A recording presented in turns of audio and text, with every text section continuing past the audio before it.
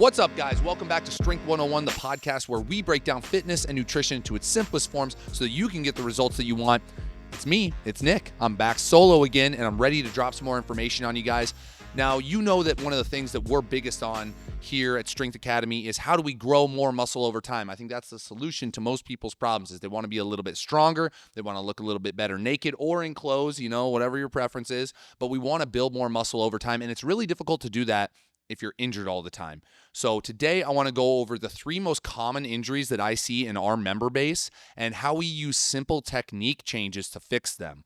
So obviously there's a lot of different injuries that can happen in the gym, and that's just part of your athlete's journey. If you're going to try to attack the gym, put on muscle, become a stronger, more developed version of yourself, eventually you are going to get injured. And a lot of times that's your body's way of telling you you are either doing something incorrectly, you're going too fast, or most of the time, it's just that second one. You're going too fast. You're increasing your weights too fast. You're overstressing the body. You're under-recovering in some way.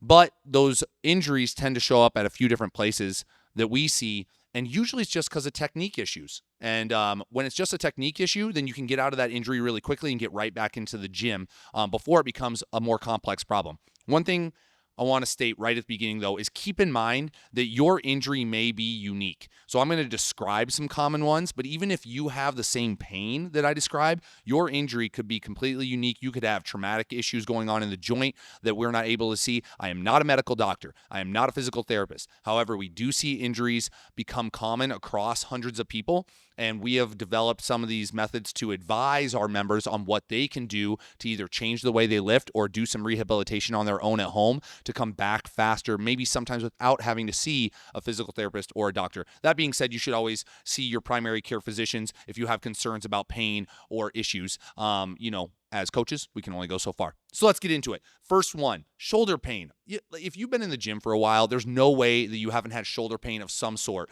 whether that feels like your shoulder is just like achy, or whether it feels like it's completely shut down and completely weak. There's all kinds of different ways that shoulder pain presents. The one that we are most familiar with seeing is pain that usually comes either, the complaint for most people is, okay, the front of my deltoid. So if you're watching on video, I'm touching the front of my shoulder. The front of my deltoid has pain when I'm pressing.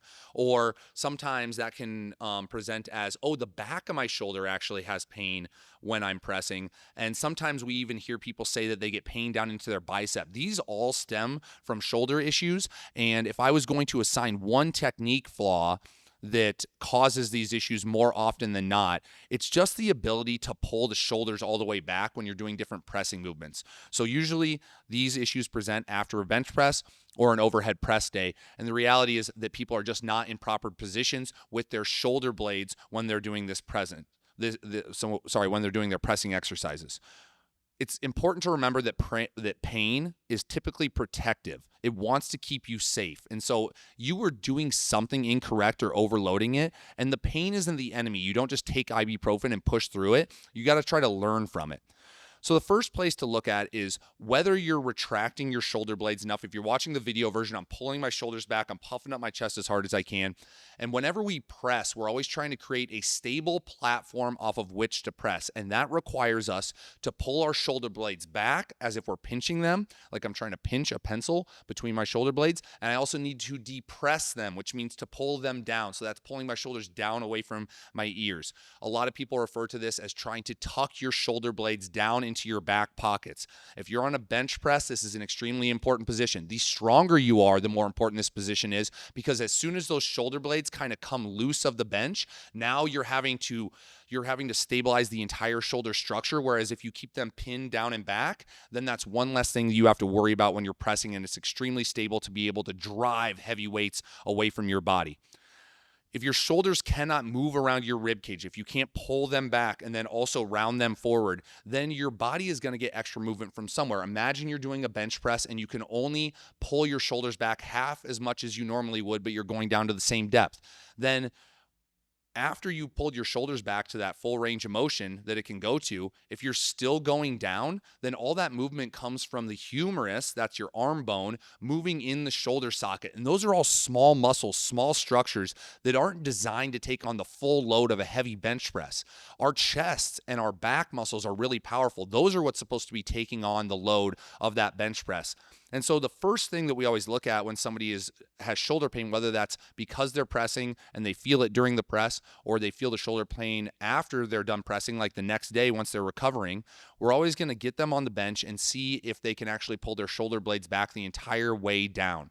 So some people will start going down, they'll open up their chest, they'll pull their shoulder blades back, and then they stop pulling those shoulder blades back, and then they let those elbows crash down deeper, and you can watch at the shoulder that the shoulder itself, the actual arm bone, moves so aggressively in that shoulder socket that it's pressing on different tissues, that it's stressing different tissues, and the chest is no longer helping out. So when you bench press, you want to think to yourself, I am going to try to shorten the distance between the bottom of my shoulder blade and my tailbone as much as possible. And that's what's going to create that lower back arch. And most people do this, but they don't do it nearly as hard as they think they can. I was just working with a member yesterday on this, and she got into good positions. If I just looked from across the room, then I would think her positions were good. But then I tested her on it, and I asked her if she could go tighter, if she could pull her shoulders back harder. And there was so much more to it that she could do, and all of a sudden her shoulder pain went away when she was pressing.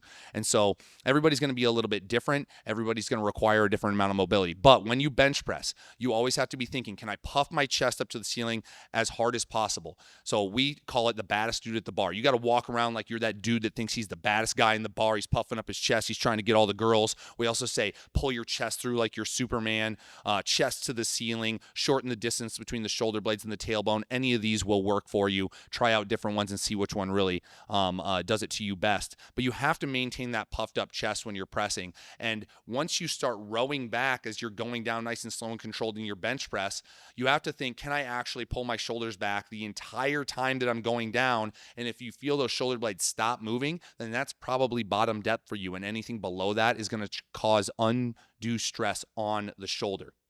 So if this happens to you, that's the first thing I'm going to ask you to check. Same thing on an overhead press. Can I keep my chest tall towards the ceiling and pull my shoulders back as hard as possible so that I'm stabilizing my shoulders from the rear when I go and press the weight overhead? If you have pain in your shoulder, all you're going to do, if it's a technique flaw like this, is lighten up the weight a little bit. Feel the difference in your ability to pull those shoulders back, because most of the time range of motion suffers when we get up to our heaviest weights. So you might need to dial it back. Feel the difference in how much you can open up that chest, and then practice that new technique with some lighter weights at first. And then this is the key. You have to slowly ramp back up to what you could do before. And now that you've fixed your technique, not only are you going to take the stress off your shoulders, but you're also going to be training your pecs more effectively, which means bigger, stronger pecs, which is, I know, what's one of my goals. Hopefully it's one of yours. So that's for shoulders. And I would say 90% of the time when somebody presents with shoulder pain, we look at their technique and we're able to fix something like that. We have a freaking stud of a woman in here who is a complete beast, and she's like 5'11", super athletic. And we found that a lot of her shoulder pain was coming not from her inability to do this on a bench press or an overhead press, but she simply was just doing her push-ups wrong and wasn't pulling her shoulders back, and it caused her a ton of havoc. So check yourself on that stuff before you wreck yourself. Number 2, lower back pain. Oh man, if you've been in the gym, you've definitely experienced at least lower back soreness, if not lower back pain, but especially after heavy deadlifts and heavy squats. So it's not uncommon, especially with newer people. They come in after a heavy deadlift, heavy squat day, and they say, oh, my lower back hurts. Sometimes this presents as pain and soreness across the entirety of the lower back, across the tailbone even, kind of across the bony structures. It can tighten up muscles around the hips, and sometimes this can get so bad that it tightens up muscles and it pinches nerves and sends nerve pain all the way down your leg. That's the sciatic, and that's when people walk in, they're like, I think I screwed up something in my back. I'm getting shut down. And often we just need a technical change, and we need to recover, and we need to make sure that you're using the right muscles when you're doing these exercises. A lot of times when you get this type of pain and restriction, it can restrict your mobility, and you may even make you feel weak and give you difficulty walking. And so that's why we always have to be so careful with the lower back.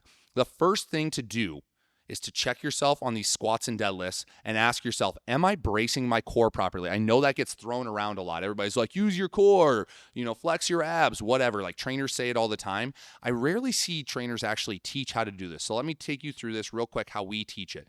If I'm going to brace my core properly during heavy squats and deadlifts, I'm trying to limit lumbar movement. Lumbar is the very lower back, right? So I'm trying to limit that. And the thing that does that is my abs. My abs and my glutes work together to lock that lower back into a fixed position. So when we go down into a heavy squat or deadlift, a lot of people don't lock that in, and then there's all this unstable movement through the lower back, and those are small structures. All this unstable movement that happens as they go down. They may not even notice it, and then when they recover afterwards, there was so much stress on these muscles that are made to just stay in place instead of move that everything gets locked up and you start to be in pain. So the first thing that you want to check is whether you're bracing your core properly, and here's how we test this. We like to teach you to take a big deep breath and then pull your ribs down. As I exhaled there, I pulled my ribs down towards my hips. And so if you just think about drawing it down, that's going to lock you into place. So we're not crunching over and flexing our abs. We're not sucking in our belly button to try to get core tension. I'm trying to lock my ribs to my hips. So I'm going to take a big deep breath. And as I draw that rib cage down, that's going to be locking my ribs to my hips to make sure my lower back doesn't move no matter how heavy a load I get on it. Another way to say this is if I came up and I was going to punch you as hard as I can in the stomach, what would you do? And people will often, like if somebody was actually going to come and punch you as hard as they can, just the reaction that you would have, that flexing up to try to protect your internal organs, that's bracing your core. Another way to do it is just simply cough. Just put your hand on your abs right now and do that with me. And you can feel that bracing. And so if you're new at this and that's the only way you feel it, you might go right before a deadlift and just give it a little, quick little check. Don't get the COVID alert sent on you, but you can brace that core and then you're going to be much safer on those deadlifts. What's some other ways we think about it? Let's see here. Can punch you as hard as possible. Oh, another cue that's phenomenal. And we just had a strongman coach come in and he re-emphasized to our people doing the barbell deadlift is to act like you're squeezing your butt cheeks together as hard as you can before you slowly hinge back. And so once I have locked my abs in, I have squeezed my butt cheeks together so that I know that my lower back is not going to move. Then if I start into a hinge movement, then that's when I'm going to realize whether I actually have mobility issues in like my legs or in other places, because I'm going to feel the stretching differently. Some of you might be able to, if I said just hinge back normally right now, you might push your hips back and it might feel totally normal. Then if I said, hey, lock your ribs to your hips, do that cough and squeeze your butt cheeks as hard as possible and now hinge back, you might have zero movement. And what that means is that you've been getting all your hinge movement from moving your lower back instead of stretching like you should through your hamstrings and your glutes.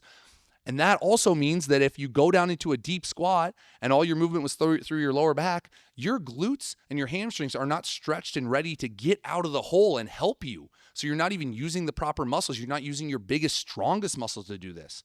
And so it's very important that we relearn how to do this. So once again, if you're going to fix this, you need to lighten the weight up. And you need to focus really heavily on pulling those ribs down and lock them to your hips. Big deep breath, draw the ribs down. Cough if you need to. Have somebody come up and punch you in the stomach lightly if you need to. Be intentional and controlled. Feel your hips and abs doing the work. If you need to do a little extra glute mobility, pigeon stretch, figure 4 stretch, you need to do some 90-90 work. Do that type of stuff to free up those leg muscles. But when you hinge back, you should be stretching through your butt and your hamstrings, not just arching your lower back. And I'll tell you right now, if you standing here listening to this, if I told you to push your hips back towards the wall behind you, you push your hips back and all of a sudden you're arched through your lower back and your belly button's dumped to the floor, then you definitely have a problem with this. And even if you don't have pain yet, you are setting yourself up for a disaster once you get stronger. So take it back, take it a little bit lighter, practice that technique, control those abs, feel the stretch in your glutes as you go into that hinge on both a squat and a deadlift, and I guarantee you're going to come back stronger and more pain-free after you've fixed it. Number 3 is knee pain. This is so common. all the time people have knee pain. And I'm talking about knee pain, especially after doing something like lunges, squats, or plyometrics. Now, knee pain can come from a lot of different things. Like some people legitimately have knee damage that they have to take care of, but I'm talking about people who don't have any type of knee injury that we're aware of, but then they just develop knee pain from their lifting. This could present as a pulling sensation. Some people talk about feeling like their kneecaps getting pulled up on their knee and they feel pain there.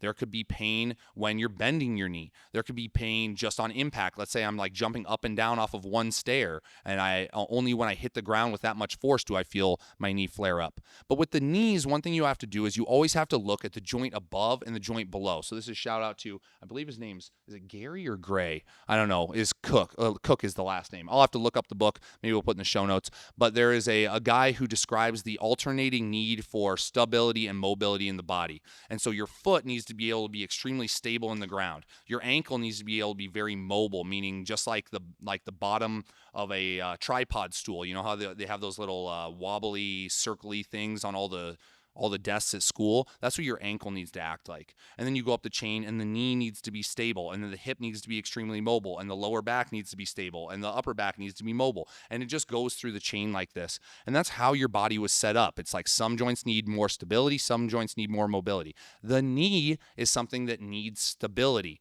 And so what happens most often is if you look at the joint below or the joint above when you have knee pain, usually we find that range of motion has suffered either in the hip or the ankle. And as you can imagine, just like we talked about with the shoulder, if your hip is not moving properly and your glutes don't stretch out and you go down into a squat, like what's going to happen? Like your knee's going to have to twist because you're not getting the rotation through your hips. If your ankles don't move forward and backwards properly and you go into a lunge, well, what's going to happen? Like instead of your knee going forward the entire way it should and moving through the ankle, you're going to put a bunch of stress and rotation on that knee. When that knee is just a hinge joint, it just wants to go forward and back and be a happy little knee. When you start twisting on it and you start putting all these other forces on it that that the hip and the ankle should do, that's when it gets aggravated. And so we're looking above and below. So that can stem from tight ankles, it can stem from tight hips, or it could be both. And here's how you fix it. I want you to use a combination of two cues. We're always movement-based, so let's go back to the movements we were talking about, lunges, squats, plyometrics. The first thing you're going to do is you're going to borrow from what we just talked about with lower back. I'm going to brace my core. I'm going to lock my ribs to my hips so that I know I'm not getting any excess movement from my lower back that could be compromising my hip mobility. Once I've done that, let's just imagine you're doing a goblet squat. I've got a weight in front of me underneath my chin. I'm going to go down into a squat. I'm going to brace my core. And then I'm going to feel my feet completely locked into the ground. And this is where people get screwed up. There's a lot of people out there that squat and deadlift, and they don't realize that they have mobility problems that they're not observing because they let their feet dance all over the place when they're doing this. So I could go down into a squat, and I could be pitching onto the sides of my foot or pitching into my toes or pitching into my heels. My feet could be going anywhere until I pay attention to them and I actually lock them into the ground and I feel an even amount of pressure between the ball of my foot and the heel of my foot. That's the only way for me to realize whether I have a movement issue. So if I brace my core, I lock my feet into the ground, and then I slowly start to descend in a squat, all of a sudden I'm going to get a bunch of feedback and signals as to what's actually tight. If I'm doing that and I'm not letting the feet come off the ground, I'm not letting my core go, well, all of a sudden I might feel, oh my God, I have this restriction in my right ankle. I didn't even realize it before because every time I got to it, I just moved my foot off to the side to get around it. Or I might realize, oh man, now that I'm doing this, my knee feels like it's like legitimately stretching out. That's weird. I've never had that sensation before because I've always found a way to cheat out of it. Or you might be doing it and realize that just like with the lower back pain, that your hips are just tight as hell. Like if you have lower back pain and you have knee pain, what's the common denominator there? It's likely that your hips are crazy tight and you never taught yourself to really stretch through your glutes when doing these heavy movements. So those are the two things. I'm going to brace my core, I'm going to lock my feet into the ground, and then I'm going to go slow and controlled on the way down on a squat, and it's going to tell me what my limiting factor is, whether that's an ankle, whether that's a knee that just needs to be strengthened and tolerance built on it, or it's a hip that needs to be stretched out and learn how to move properly. You have to trust what you can feel when you do this. Is it the ankle inhibiting you? Is it the hips? And then you can go address it and come back. But often you can fix this just by practicing really slow squatting or really slow deadlifting if you're focused on the core and the feet. If the ankle is the problem, then we're always just thinking strengthen and then stretch. So that means I would do a bunch of calf raises. I would do a bunch of maybe like light plyometrics, whatever doesn't aggravate me. And then I would stretch. So I'm making sure that my ankle is strong, but also that I can use that strength at length. Same thing with the hips. I might do a bunch of things like bird dogs and fire hydrants and some glute bridges and stuff like that and get them really nice and warmed up. But then I'm going to do my pigeon pose. I'm going to do my figure 4 stretch. I'm going to start to stretch those glutes so that I don't just have access to them at a shortened position, I have access to them at a lengthened position as well. And so hopefully this gave you guys some context as how to address your pain. If it's shoulder pain, most of the time we have a retraction issue. We're not pulling our shoulders back. We're not puffing up our chest enough on our pressing exercises. If it's hip/lower back pain, then especially after squats and deadlifts, most of the time we're not bracing our core properly. Lock the ribs to the hips and see if you can't get yourself to stretch out through your glutes and your hamstrings. If it's knee pain, then you want to check out what's going on at the ankle, what's going on at the hip, and address that first. But if you can start to utilize these tools to explore where you have these cheats in your body, you can solve a lot of your own problems without having to go to the doctor. Because not to crap on MDs, but I'll tell you that MDs are not interested in your weightlifting problems. And so if you have pain, they're more likely to throw a painkiller at you or refer you to a physical therapist than actually to give you a solution to your problem. So you need to become a walking, thinking weightlifter who can solve their own problems. And then if something is outside of your scope of ability to fix, then you go talk to a physical therapist or a coach or somebody who has a higher base of knowledge than you. But take these tools, use them on yourself, because just because you have a little injury, that doesn't mean that you can't keep lifting, bring yourself back, and come back stronger than ever. If you have any questions over these things, if you're having an issue that you have been dealing with for a long time and you want some advice on it, message us on the Instagram. You can find us at Strength Academy RF on Instagram, at Strength Academy 101 on almost every other platform. This was Strength 101. Peace out.